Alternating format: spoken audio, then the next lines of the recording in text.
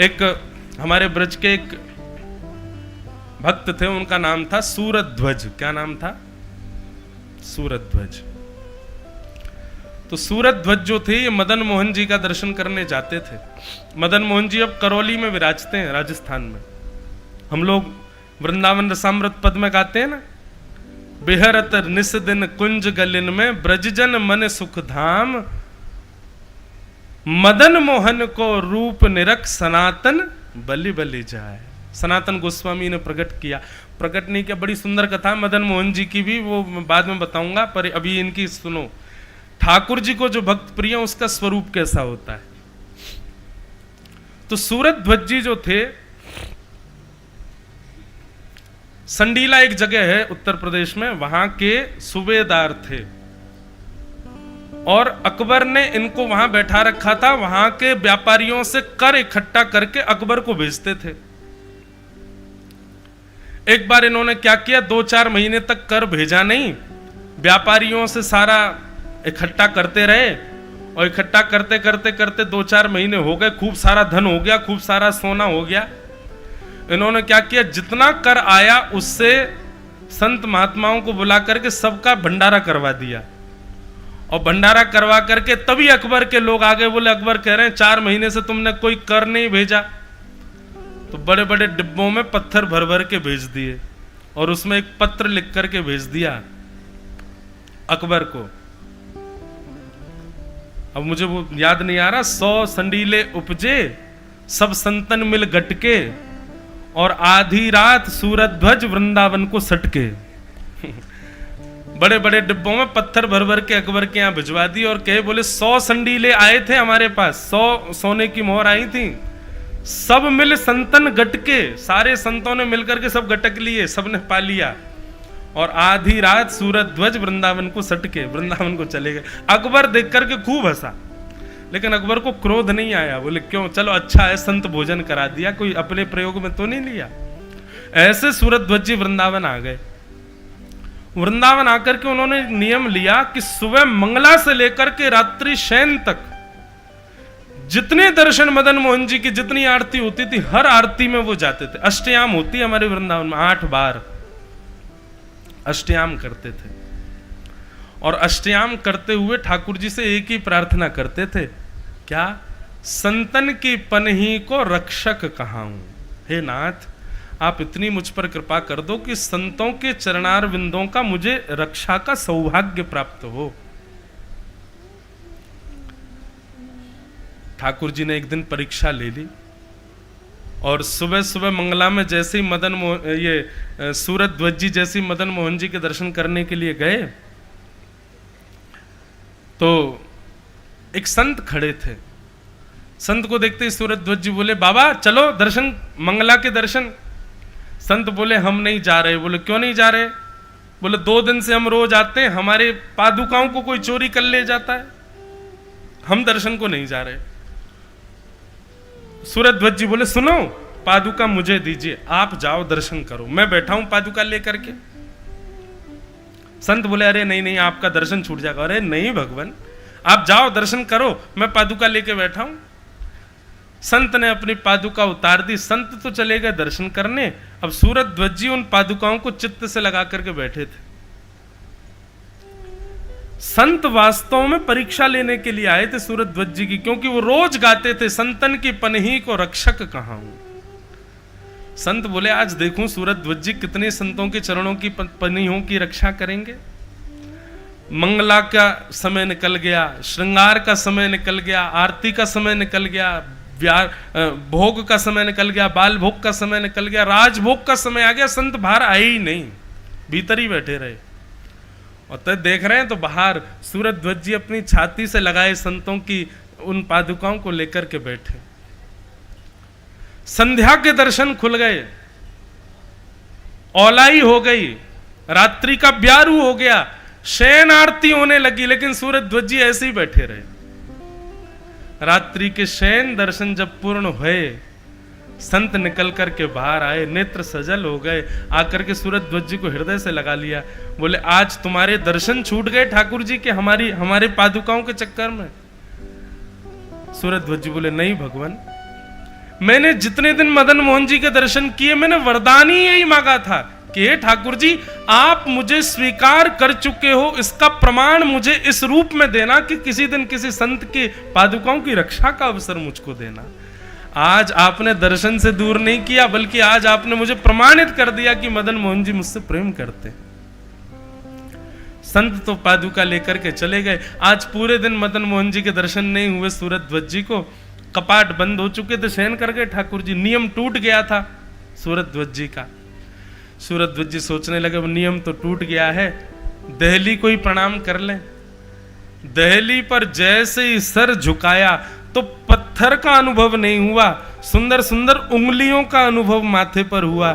जैसे ही नेत्र उठा करके देखा तो साक्षात मदन मोहन लाल जी खड़े हुए हैं और सूरत ध्वज जी को हृदय से लगा लिया, अपने संगी ले गए ठाकुर जी। इसको क्या कहते हैं? निर्गुण भक्त। हमारा अगर कोई व्रत है, हमारा कोई नियम है और किसी वजह से यदि टूट जाए, हम 5 दिन तक उसको सोने नहीं देते। तेरी वजह से टूट गया मेरा नियम, तैने मेरा व्रत तोड़वा दिया, तैने महाकाल नहीं जाने दिया, तुम्हारी वजह से ओमकारेश्वर के दर्शन नहीं हुए, तुम्हारी वजह से यूं हो गया। हम बात बात पर उसको कोसते ही रहते हैं, पर नहीं, हर स्थिति को भगवत कृपा मान करके सहे, केवल चित्त में मुझे बिठा करके जो निर्गुण भाव से रहे, भैया वो मुझे सबसे ज्यादा प्रिय है। ये चतुर्थ भक्त का लक्ष्य। कभी भी बंधुओं, जीवन में कोई भी स्थिति हो जाए, एक बात सदैव याद रखना, उसके प्रति नकारात्मक भाव मत रखिएगा। व्यास जी को जुकाम हो गया, व्यास जी को खांसी हो गई, अब इसी पर ही मैं विचार करने लग जाऊं कि मुझसे कोई अपराध बन गया जो ठाकुर जी कथा में मुझको जुकाम खांसी कर दिए। नहीं, ऐसी भावना नहीं, नकारात्मकता नहीं आनी चाहिए चित्त में, बल्कि भाव ऐसा आना चाहिए, बोले कि शुद्ध पवित्र गले में तो तुमने खूब कथा करी, अब हमने विघ्न डाल दिया, अब हमारी कथा अच्छे से करके सुनाओ तो माने हम। ऐसी भावना, ये परीक्षात्मक रूप से लेकर के उसको भी पूर्ण करो। बाहर निकलते छींक आ गई, अरे नहीं अब गाड़ी में मत बैठो, छींक आ गई है, ये नकारात्मक भाव रखने ही नहीं है। हर स्थिति, हर परिस्थिति में यही रखना है कि नहीं, ठाकुर जी की कृपा है, ठाकुर जी का भाव है, ठाकुर जी का अनुग्रह है। हर स्थिति को सकारात्मक भाव से मान करके जीना, भगवत कृपा मान करके जीने वाले व्यक्ति को ही निर्गुण भक्त कहते हैं। इस प्रकार बहुत सारे भाव, बहुत सारे प्रश्न देवभूति माता ने किए, भगवान कपिल ने सबका उत्तर दिया। अंत में कपिल भगवान ने प्रश्न किया, मां आपके सारे प्रश्नों के मैंने उत्तर दिए, अब आप मुझे बताइए मेरे समस्त उत्तरों से आपने क्या पाया, सारी वार्तालाप का सार क्या है। तब देवभूति माता कहती हैं कि अहो वत स्वपचो तो गरियान यज्जिह्व अग्रे वर्तते नाम तुभ्यम ते पुस्तपस्ते जुहुवुष्वश्निरार्या ब्रह्मानुचूर्णाम गृणन्ति एते। देवभूति माता कहती हैं कि भगवान, यदि कोई स्वपच व्यक्ति हो, स्वपच मतलब मांस खाने वाला, कोई स्वपच व्यक्ति हो, कितना भी पापी, कितना भी घनघोर दुष्कर्म करने वाला व्यक्ति हो, उसने आधे से ज्यादा जीवन भी यदि दुष्कर्म करके व्यतीत कर दिया हो, परंतु चेतना आने पर वो तुरंत सारे दुष्कर्मों का त्याग करके आपके नाम का आश्रय ले ले, तो चंद बचे हुए जीवन में भी आपके नाम के आश्रय से वो आपकी प्राप्ति कर लेगा। ये मैंने पाया है। समझ में आई बात? नहीं आई। किसी व्यक्ति ने अपना पूरा जीवन व्यभिचार में निकाल दिया, किसी व्यक्ति ने पूरा जीवन मांस भक्षण, मदिरा सेवन आदि आदि दूषित कामों में निकाल दिया, लेकिन एक दिन उसको चेतना आ गई और उसने सब त्याग करके ठाकुर जी के नाम का आश्रय ले लिया, तो बचे हुए शेष जीवन में यदि वो नाम का परिपूर्ण आश्रय ले लेगा, तो पूर्व के किए गए पापों को नष्ट करके वो नाम उस व्यक्ति को भगवत धाम की प्राप्ति करा देगा। ये आपके नाम की सामर्थ्य है भगवान। एक बहुत सुंदर भाव, नाम का आश्रय लेने वाले सब निकल गए। कोई पीवे संत सुजान नाम रस मीठा रे। उस सामर्थ्य के फलीभूत व्यक्ति कितने भी आर्त विषाद पापों में क्यों ना पड़ा हो, आपके नाम का आश्रय जब ले लेगा उसी क्षण से ही वो अपने विषादों से मुक्त हो जाएगा, आपके योग्य बन जाएगा।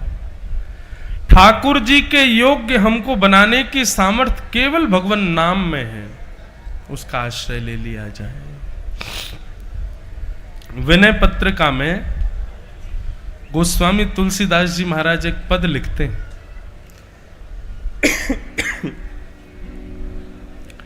जो मोहि राम लागते मीठे। गोस्वामी तुलसीदास जी कह रहे हैं, यदि किसी को नाम रस चढ़ा है तो उसकी स्थिति क्या हो जाएगी। यदि कोई नाम के प्रति आसक्त हो गया है, वास्तविक में जीवन में जिसके में नाम ने अनुग्रह किया होगा भगवान के ने, उसकी स्थिति क्या हो जाएगी। गोस्वामी तुलसीदास जी कह रहे हैं,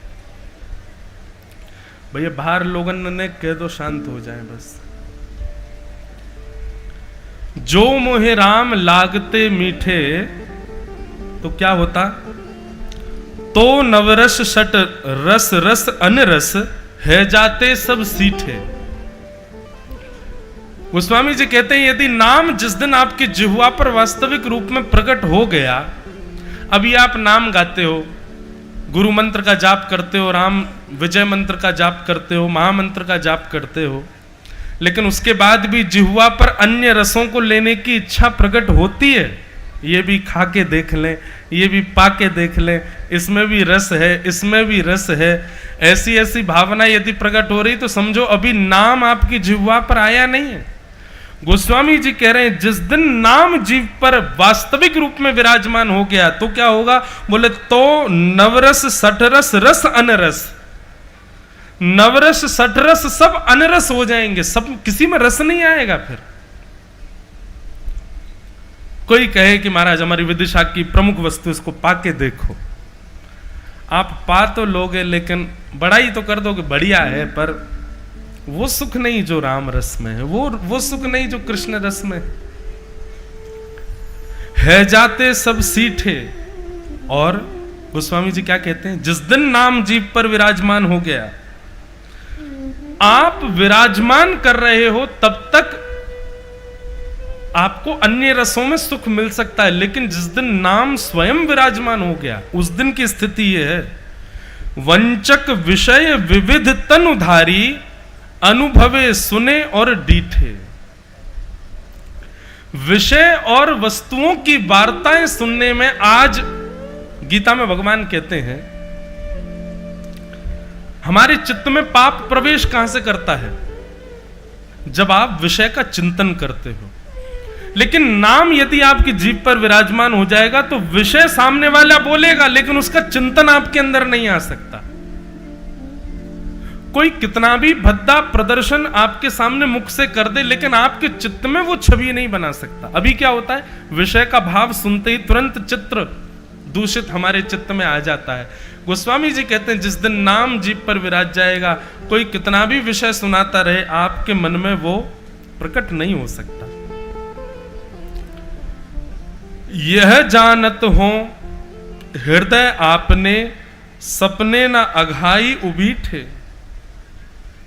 जिस दिन नाम जिह्वा पर विराजमान हो जाएगा, हृदय में विषय आना तो बहुत दूर की बात, स्वप्न में भी विषय का चिंतन नहीं होगा। यदि अभी आप नाम का आश्रय लेके बैठे हैं, स्वप्न में, हृदय में, आदि आदि भावों में विषय चिंतन हो रहा है, तो नाम अभी विराजमान नहीं हुआ।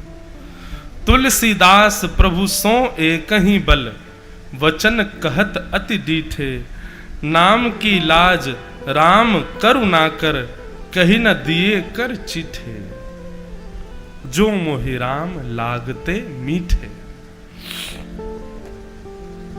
विनय पत्रिका में गोस्वामी जी कह रहे हैं, आपने नाम विराजमान कर लिया, ये एक विषय है। नाम स्वयं विराजमान हो गया, ये दूसरा विषय है।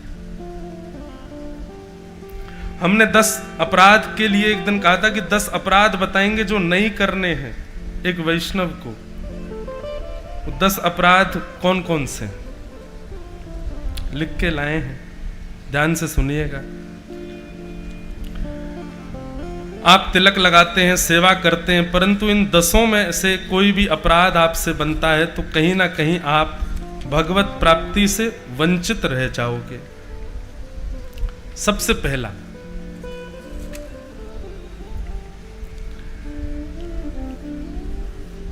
किसी भी, हम कथा में कहते हैं, हर कथा में संत का अपमान सबसे पहला अपराध। आज ही बताया कथा में, किसी वैष्णव का, संत का, किसी भी भक्त का कभी अपराध नहीं बनना चाहिए हमसे।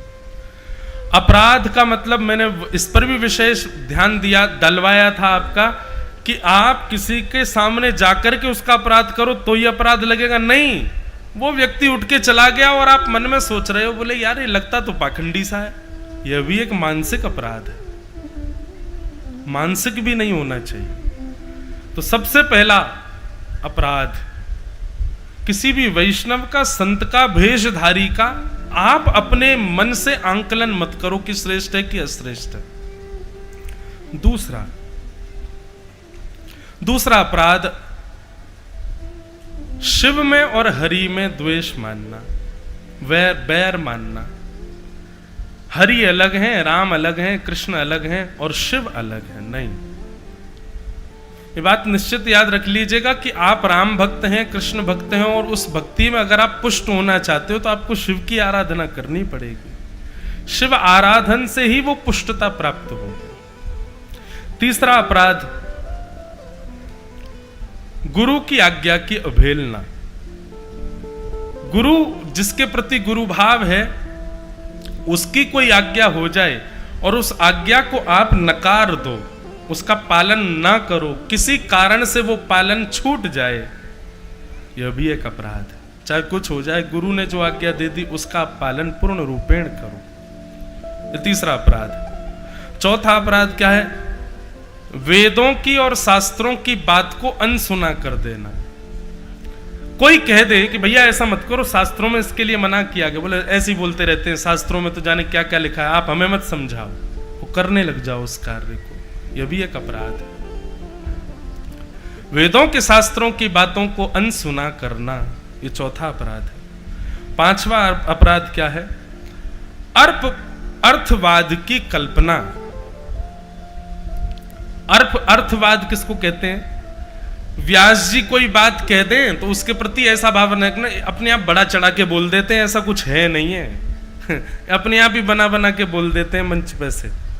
अर्थवाद करना, अर्थ के ऊपर विवाद रख करना, अर्थवाद, यह भी एक अपराध है। व्यास मंच से व्यास जी ने जो कहा है वो उचित ही है, ऐसा विश्वास रखना, अर्थवाद ना करना, यह अपराध पांचवा। छठवां अपराध क्या है? नाम के बल पर पाप करना। पी लो, कल नाम जप कर लेंगे, आज खा लो, मंगलवार को चोला चढ़ाएंगे, हनुमान जी माफ कर देंगे, कर लो, सारे पाप कर लो, अभी गंगा दशहरा आ रही है, गंगा जी में नहाएंगे, सारे पाप धुल जाएंगे। ऐसे पुण्य तीर्थों के पुण्य के बल पर पाप करना। कल एकादशी है लेकिन मेरे परम प्रिय मित्र का जन्मदिन है, रेस्टोरेंट में खाने तो जाना है मुझे, क्या करूं? तो किसी से पूछ लेते हैं फोन करके, बोले कि भैया क्या करें कल एकादशी पर, हमारे कल किसी बहुत प्रिय का जन्मदिन है, वो पार्टी दे रहा, हमको खाना तो पड़ेगा, क्या करें? व्रत तो नहीं रख पाएंगे हम, कोई बात नहीं, प्रायश्चित कर लेना। ये प्रायश्चित के बदले अपने नियम का त्याग करना, यह भी एक अपराध है। कौन सा अपराध हुआ? ये छठवां अपराध है। नाम के बल पर, पुण्य भूमि के बल पर, पुण्य क्षेत्रों के बल पर, ये वाला नहीं है, ये वाला है, वो तो चल ही नहीं रहा है, ये वाला है, इसको नीचे कर दो बस। बोलो वृंदावन बिहारी लाल की। क्या बता रहा था मैं? क्या बता रहा था? है? हाँ, तो नाम के बल पर पाप करना या पुण्य भूमि के बल पर पाप कर लेना कि ठीक है प्रायश्चित तो कर ही लेंगे, इसका अभी कर देते हैं, क्या दिक्कत है? देखो इसमें भी दो बातें, गलती से हो जाए उसके बाद के लिए प्रायश्चित होता है, गलती से हो गया उसके बाद के लिए नियम कानून होते हैं, पर ये सोच करके कि नियम है तो सही है, उससे हम निवृत्त हो जाएंगे, अभी कर देते हैं, ये अपराध है। समझ में आई बात? अभी हमसे कोई अपराध बन गया, अब हमको बाद में पता चला अरे यार ये तो अपराध है, उसके लिए फिर प्रायश्चित कर सकते हो, लेकिन जानबूझ करके कि कर देते हैं फिर प्रायश्चित कर लेंगे, ये अपराध है। उसका कोई प्रायश्चित नहीं होता। नाम के बल पर, पुण्य के बल पर पाप करना, ये छठवां अपराध। सातवां अपराध क्या है? भगवत कथा का और भगवत सेवा का अन्य साधनों से तुलना करना। मतलब बहुत सावधानी से सुनिएगा।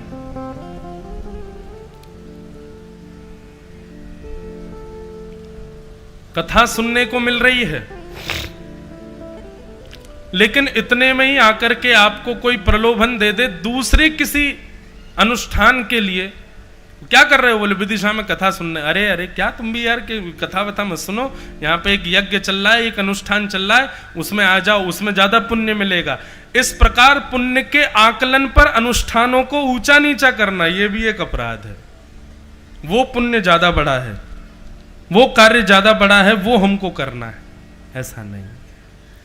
और देखो बंधुओं, सारे अनुष्ठान अपनी जगह श्रेष्ठ हैं, पर यदि कथा एक जगह है, कथा के बदले आप अन्य किसी को भी इसकी तुलना में नहीं लाएंगे, नहीं तो ये अपराध बनेगा। और ये बात हम नहीं कह रहे हैं, स्वयं हनुमान जी महाराज कहां तक कहें, हनुमान जी कथा में बैठे हों और उस समय राम जी भी आकर के हनुमान जी से कहें, ए हनुमान जी जरा सुनना, बहुत जरूरी काम है।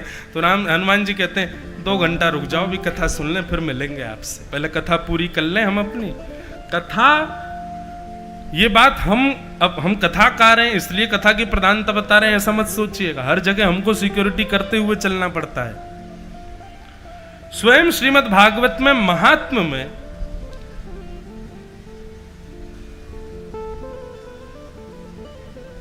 जब 5 प्रकार के यज्ञ बताए, उनमें सबसे बड़ा यज्ञ बताया ज्ञान यज्ञ।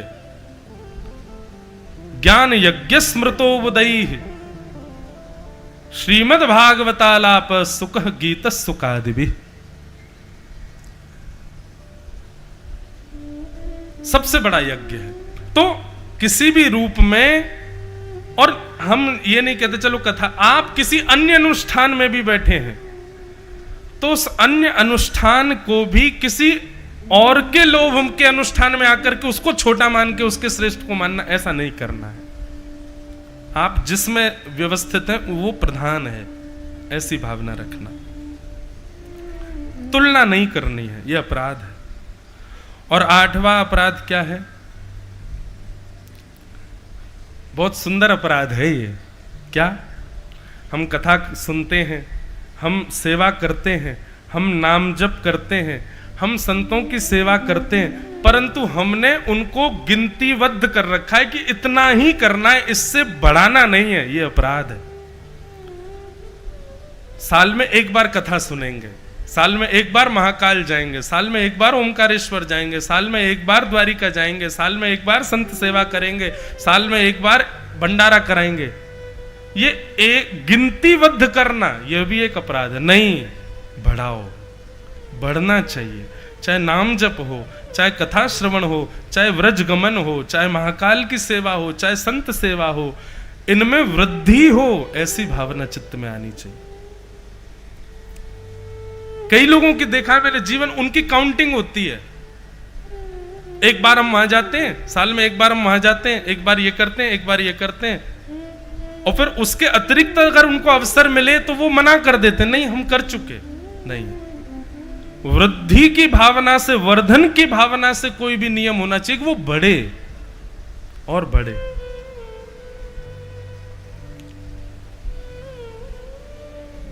अगर नहीं बढ़ाते हैं आप अपने उस सत्कर्म को, तो वो भी एक अपराध बन जाता है। उसको एक सीमित स्थान पर रख रखा है, इतना दायरा है, इससे ज्यादा नहीं होगा, ये वो भी एक अपराध है। 9वां अपराध क्या है? जो ठाकुर जी पर भरोसा नहीं करते, जो ठाकुर जी की अवहेलना करते हैं, जो ठाकुर जी की निंदा करते हैं, जो ठाकुर जी की कथा को व्यर्थ मानते हैं, ठाकुर जी के दर्शन को व्यर्थ मानते हैं, ऐसे भगवत विमुख लोगों के बीच में जबरदस्ती पकड़ करके उनको भगवत कथा सुनाना, यह भी एक अपराध है। कई माताएं पिता ऐसा करते, उनके बच्चे कथा नहीं सुनते तो मार पीट के लाते हैं कथा में, बैठ, तू बैठेगा कैसे नहीं, सुनेगा कैसे नहीं, अगर तेने नहीं किया देख तेरी घर पे हालत खराब, यह भी एक अपराध है।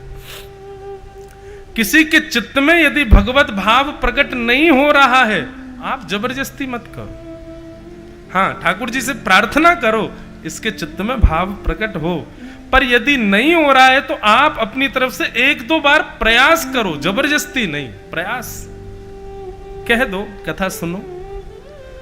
अविश्वासी के बीच में, ठाकुर जी के प्रति विश्वास भरोसा ना करने वाले के मध्य में भगवत कीर्ति का गान करना, यह भी एक अपराध है। और 10वां अपराध क्या है? कथा सुनने से, नाम जप करने से, सेवा करने से, तीर्थ यात्राएं करने से, आदि आदि संतों की सेवा आदि करने से अपने मन पर, अपने दोषों पर कोई फर्क ना पड़ना, यह भी एक अपराध है। कथा तो सुनते हैं, महाकाल तो जाते हैं, संत सेवा तो करते हैं, लेकिन अहंकार वैसा ही बना हुआ है, कम नहीं हुआ है। सिगरेट पीते हैं लेकिन हाथ पांव धोधा के संत सेवा भी कर आते हैं, वो दोष नहीं छूट रहा है। इन सब क्रियाओं से दोष का ना नष्ट होना, यह भी एक अपराध है। आपको दोष निवृत्त होना है, इसीलिए नियम करना है। तो ये 10 अपराध हैं, इनसे बचो। कॉपी पेन लाए नहीं, लिखे हैं नहीं, अच्छा लाए हैं, जय हो मैया, जो तार मैया लाई हैं कॉपी पेन। जिनको नहीं याद रहा हो वो सुन लेना दोबारा कथा लाइव, और इन 10 को नोट कर लेना। ये 10 अपराध हैं, इनसे बचो। वैसे तो बंधुओं, नाम का इतना प्रभाव होता है, कथा का इतना प्रभाव होता है कि सत्संग आप अगर नित्य करते हैं ना, तो ये सारे अपराध आपको छुएंगे भी नहीं, अपने आप इन अपराधों से बच जाओगे।